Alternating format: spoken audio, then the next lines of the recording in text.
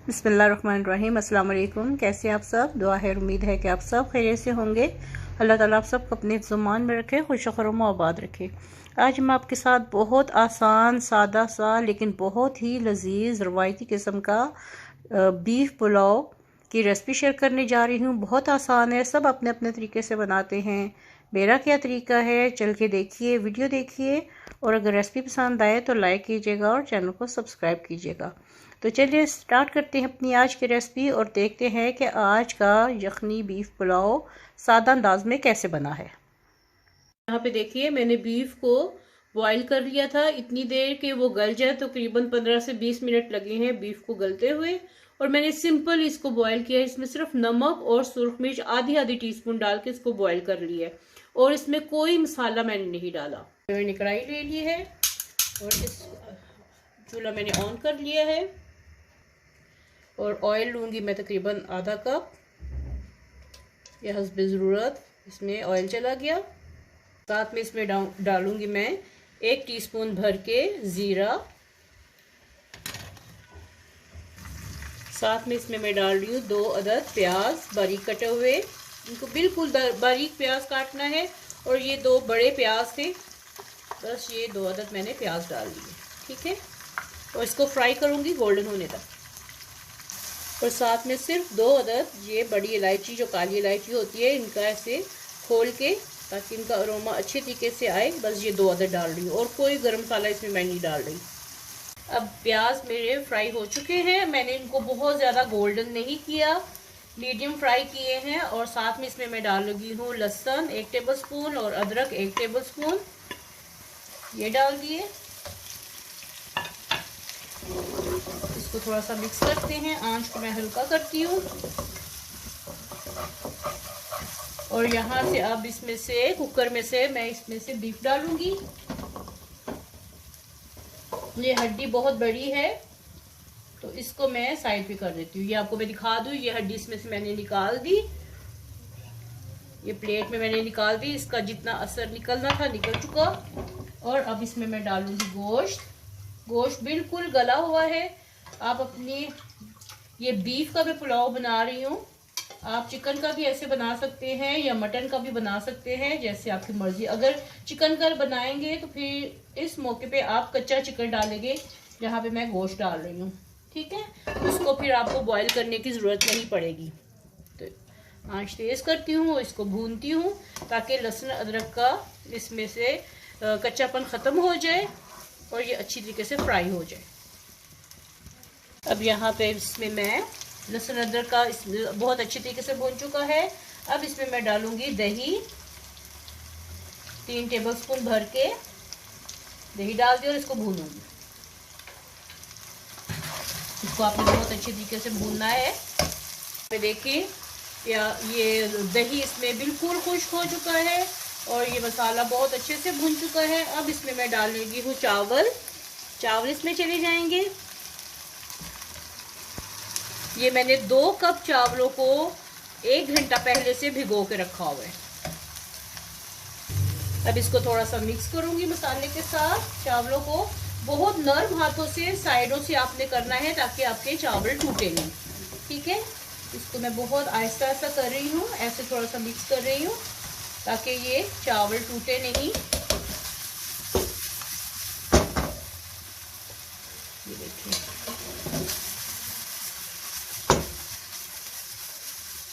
ठीक है। अब इसके ऊपर नाप के, ये जो इसकी यखनी मैंने निकाली थी गोश्त की, ये नाप के इसमें डालूंगी।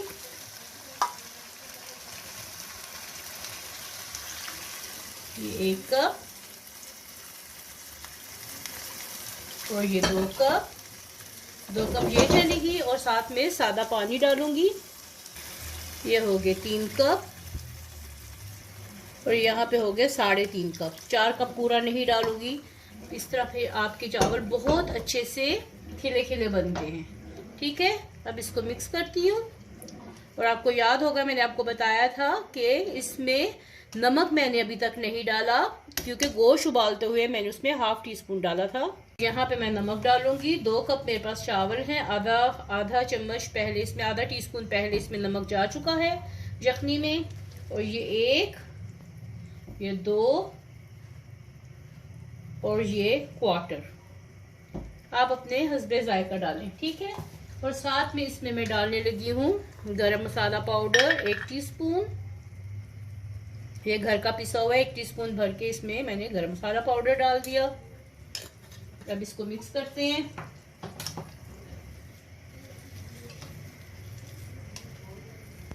और इसका पानी खुश्क होने का इंतजार करते हैं।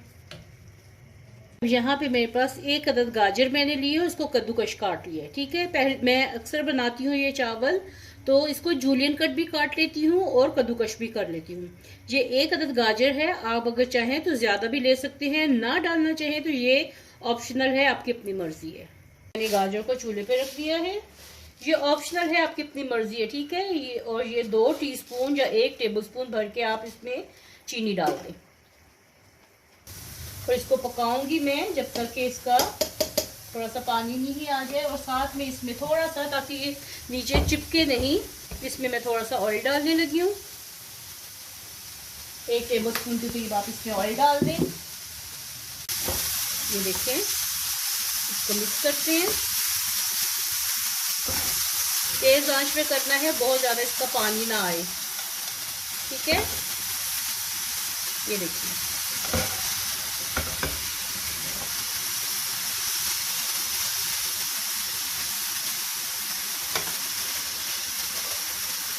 और साथ में इसमें मैं डालूंगी किशमिश या फिर मेवा, जो काबली मेवा होता है, ये डाल। ये मुझे बहुत पसंद है तो ये मैं ज़्यादा डाल रही हूँ। आपको नहीं पसंद तो मत डालिए, ये आप ऑप्शनल, मैंने आपको पहले बता दिया है, तो ये ऑप्शनल है, ठीक है।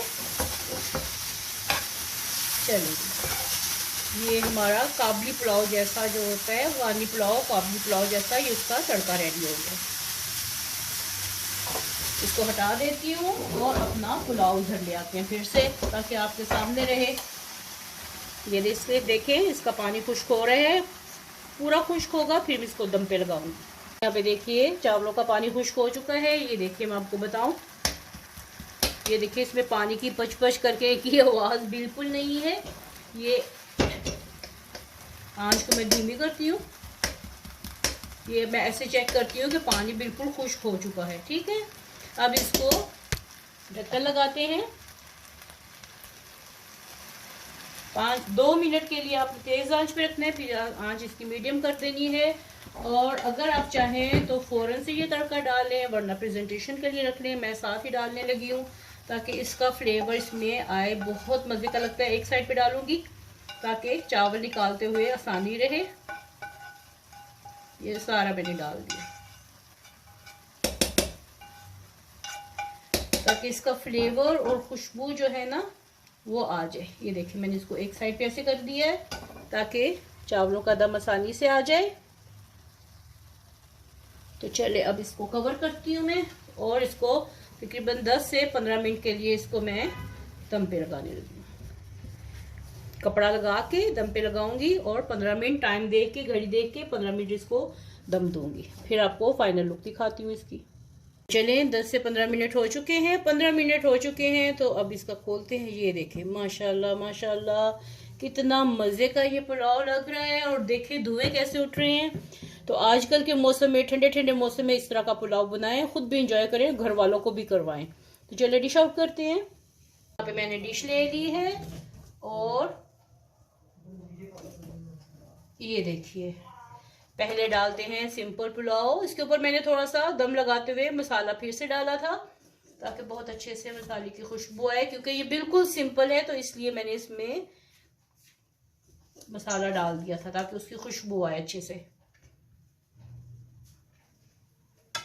देखिए, आज का हमारा बीफ पुलाव रेडी हो गया है और उसका थोड़ा सा टच दे दिया है साथ में किशमिश और गाजर का। तो ये अफगानी काबली पुलाव जैसा बन गया है। उम्मीद है कि आपको आज की मेरी ये रेसिपी पसंद आई होगी। पसंद आए तो जाते जाते वीडियो को लाइक कर दीजिए और चैनल को सब्सक्राइब कर दीजिए। मिलते हैं ऐसी एक नई मज़ेदार सी रेसिपी के साथ। तब तक के लिए अपने घर वालों का बहुत ख्याल रखिएगा। अल्लाह हाफिज़।